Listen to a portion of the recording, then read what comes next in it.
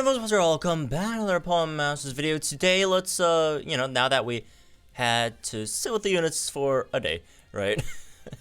And some of the calculations have come out, right? Let's go over all the units this month, right? The newly upgraded and new units in general, right? And let's see how they are. Let's talk a bit about how they are again. The usual thing applies. Although this is not much of a tier list, right? It's just mostly for fun, but just put it up there just in case, right? People don't know.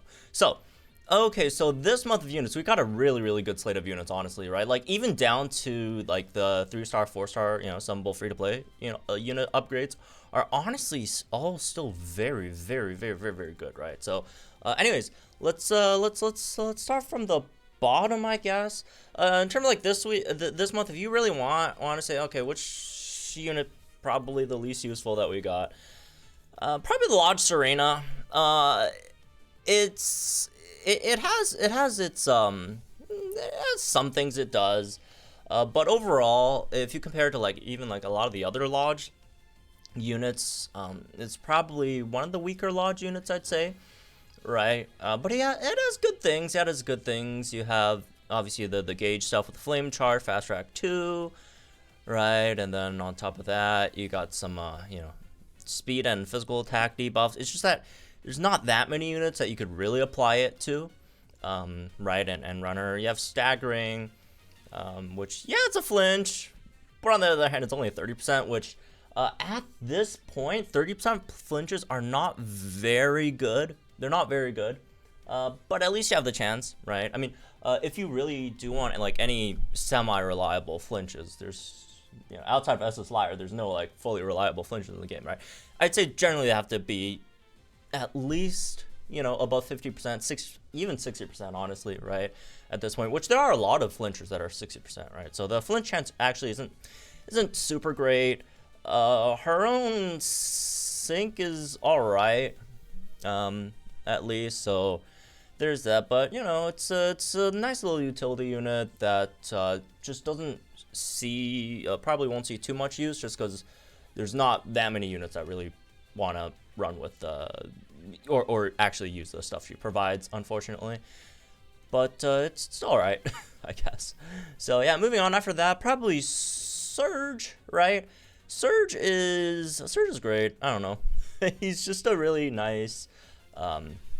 This guy's like a top tier utility unit that does only one utility thing. For the most part. That's the wrong Surge, but that's also a good Surge. But maybe 2. Okay, he paralyzes now with Thunderball. Well, he paralyzed before, but at a much better clip than just 10%, right?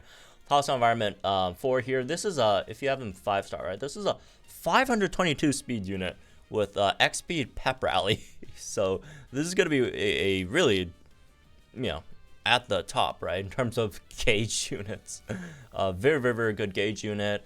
And then you have Eerie Impulse, which is the second, or if you want to say first, the main thing, debuff thing that it does, utility thing that it does.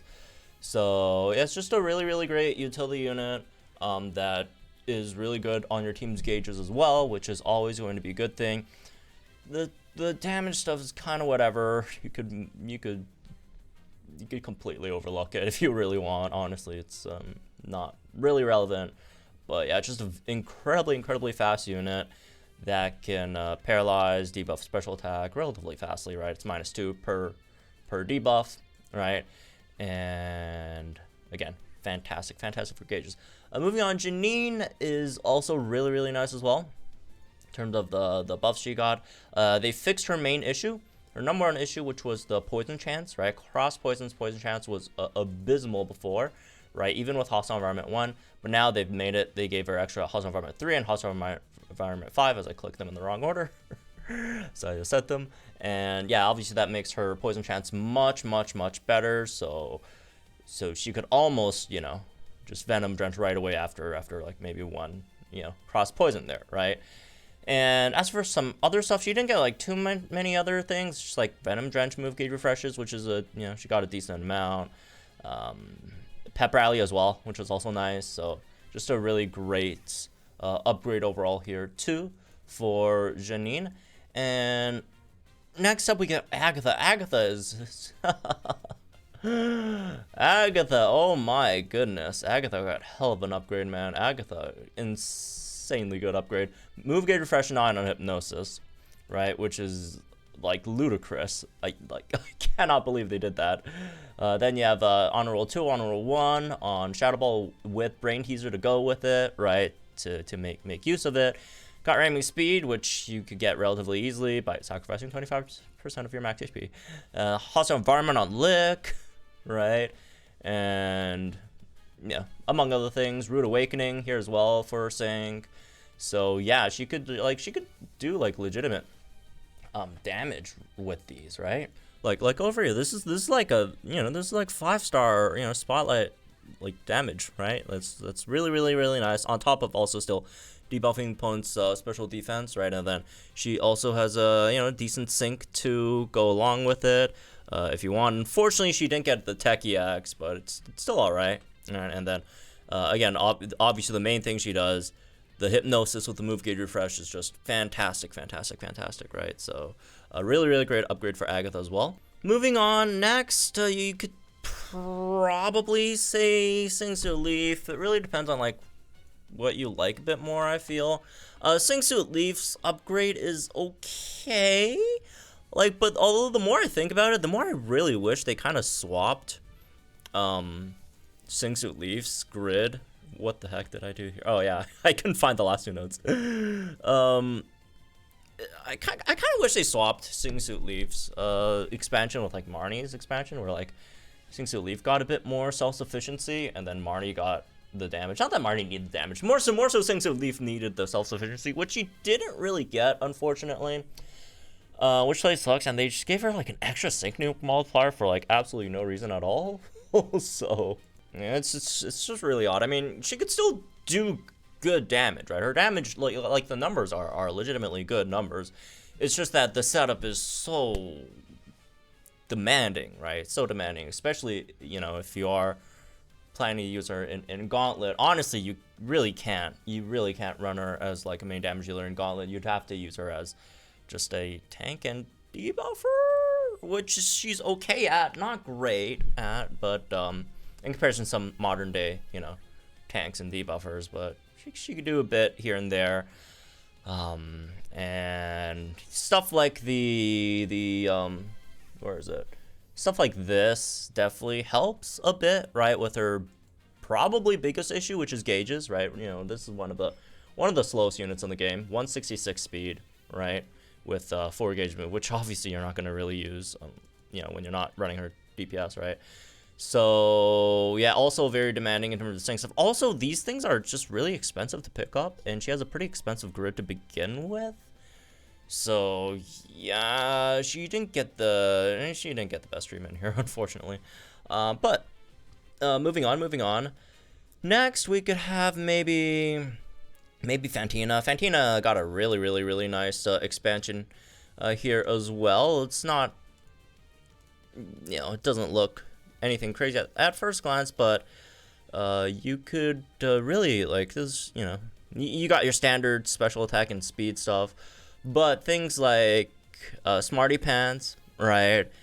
And if you want this extra super preparation when you're fighting ghost stages, it makes her one of the better striker ghost nukers in the game, right? I mean, she should nuke better than likes of Annie Lily, which is pretty nice, I'd say. And her DPS is pretty similar too, right? Disregarding the super effective up next that Annie Lily still has, among other things. But for a spotlight unit to get a lot of these things, this is really nice, right? Mind Games 4 as well. Sharp Entry takes care of her self-crit buffs. Very good upgrade here as well. So yeah, that's very nice. Next is probably Whitney. This Whitney's a bit weird. This is a bit of a weird unit, right? You see like all the things that it does, which is cool and neat, right? It sets grassy terrain, it sets electric terrain, and sets psychic terrain. But when you actually think about it, you're probably not going to be using a lot of those, right? Because her best is her at her best is still grassy terrain, right? For sure, because it's just very wonky to get psychic terrain and electric terrain going, you could do it, but if you want her at her best, it's probably going to be by using grassy terrain. And there's a few things that don't really work super well with this unit. First of all, it does have Horn Leech, which, you know, if you think, oh wow, you know, tank Whitney, right? Isn't that very, very nice? This is going to be like Sycamore, except Sycamore has like 100 something more defenses. This is a unit with 161 on both defenses, which is not very good. And you say, well, come on, buffs its defense on every hit. That's slightly true, right? You do buff your physical defense when it's grass terrain, but you only buff your special defense when it's psychic terrain. So if you're facing a special unit, you only get the special defense buffs in psychic terrain, right? Which, if you're running a grassy terrain team, you want grassy terrain, you want psychic terrain, right? And opposite, if you're running in psychic terrain, and boom, you don't have defenses. And also, it's only +1 per turn, so that's actually a relatively slow build up over there, right? It's going to be a pretty slow build up. Plus, on top of that, she doesn't have the enough self buffs for herself to really, make her as that like tank on the team. You'd have to bring another support for her, which is very costly to bring an extra support for your tank, right? And really limits the team's options as well, right? So you'd have to, when you're running it, you have to make sure whichever support you're bringing can fulfill both Whitney's needs as well as your damage healer's needs, right? So that also again limits the options there. Headbutt thing is cool, with the flinch chance, so that could maybe help you survive a bit. Well, I mean, you definitely would have to. She is definitely not going to be that great of a master mode unit. She's going to be a fine gauntlet unit, right? I mean, you have the flinches over here against gauntlet units. Not everyone can be flinched in gauntlet, but for the ones that can be, she could at least stall a bit with headbutt, so she could get at least maybe like a +2, +3 defenses for actually maybe taking some hits, right? But yeah, at least on the bright side, she can set those terrains and has at least guaranteed 3 if you have her at 3 out of 5, right, of those terrains. Otherwise, she's just all right. She's all right. Again, she just has a lot of wonky things you kind of have to figure out. But honestly, the more I look at her kit and think about the possibilities, the more I'm a bit disappointed, unfortunately. But she's still fine. Okay. Next up, probably Marnie. Did Marnie get anything groundbreaking in her extra expanded grid? Not really. It's just that she was always a really, really solid, good unit to begin with, right? But some of the stuff that she got, like, for example, where is it, like, Numbing Blow, or not even Numbing Blow, but, like, more so, like, Critical Eye on training move, it just makes it so that she's, like, less RNG dependent, right? She's just not as RNG dependent as she was before, and stuff, and, like, Dashing Team 9 is just nice. Dashing Team 9 is nice. I guess just Heartening Shock is okay. Yeah, it's nice. Like, the good thing about Marnie in terms of this expanded grid in comparison to like something like Sing Su, for example, right? Marnie didn't have an expensive grid beforehand, right? Especially if you're running her for her power play DPS, right? Like her grid was never super expensive, so all these new things that are quite expensive you could afford, right? So yeah, she got a lot of nice utility stuff here and there. Got some self-sufficiency things, which are cool. But yeah, overall, I'd say her grid expansion isn't like super exciting, but it's just nice things, just nice small things that just makes her just less RNG dependent, right? I guess in ways, and also makes some of her team comps a lot better too, right? So yeah. Plus, again, she was just always a good unit to be going with. Next up, we have Jasmine, which legitimately, honestly, this is like low key one of the like best supports in the game, right? If you look at it, it is so good. She does like everything basically, right? Almost everything. she gives you, super effective up next. She has defense buffs. She has potions. She has 1 gauge with Thundershock, with a slight hostile environment. Not that great, but it's okay. It's not super good, but it's all right. It's all right. And then over here, obviously, she also buffs her own defense as well at Mega, and have crit buffs here and there. I don't know. She's just really good, man. She just does almost everything. Does almost everything as a support that you really want a support to do. Yeah, a lot of her grid is very, very expensive. I guess if you want, 1 knock at this unit, the grid is definitely very, very expensive. But otherwise, it's this is one of the most complete supports in the game, I'd say, generally. Yeah, it's good. Slightly limited in what you're trying to build, right, in terms of the stages versus what units are you're gonna use, right? Since her main way of buffing damage for your team is super effective up, right? So obviously you want to run her against super effective stages, but which could be an issue in Gauntlet, but in Mass Mode, obviously that's generally not that big of a deal. So good unit. And then no surprise, right? I mean, the last 2 is these. Whichever one you want on top is fine. I feel both are good enough. They're all really, really nice. Personally, I'd say maybe Calum, right? And they're both good. They're both good, right? There's nothing wrong if you think Serena's better or whatever, right? So Calum just does so much, man, as a support. So much as a support, right? You have the when you're at dark, you have recharging strikes over here, right? And that's just really, really good, right? If you're fighting Champion Stadium, right? If it's AoE, you should get 3 gauges back, right? Hits 3 opponents, boom, 3 gauges back. And then you have the option between switching from impervious to status immunity, right? Depending on what stage you're facing, for example, in Gauntlet. And you also have stuff like, Restoring Strike 2, which is a 30% chance of healing itself on every hit of your of your Water Shuriken, which guarantees at least hit 3 times. Right? Which is really, really nice with guaranteed triple over here. And if you're lucky, 5 times, and if you're even luckier, procs every single time on each hit, which probably would heal you up to max. I don't know.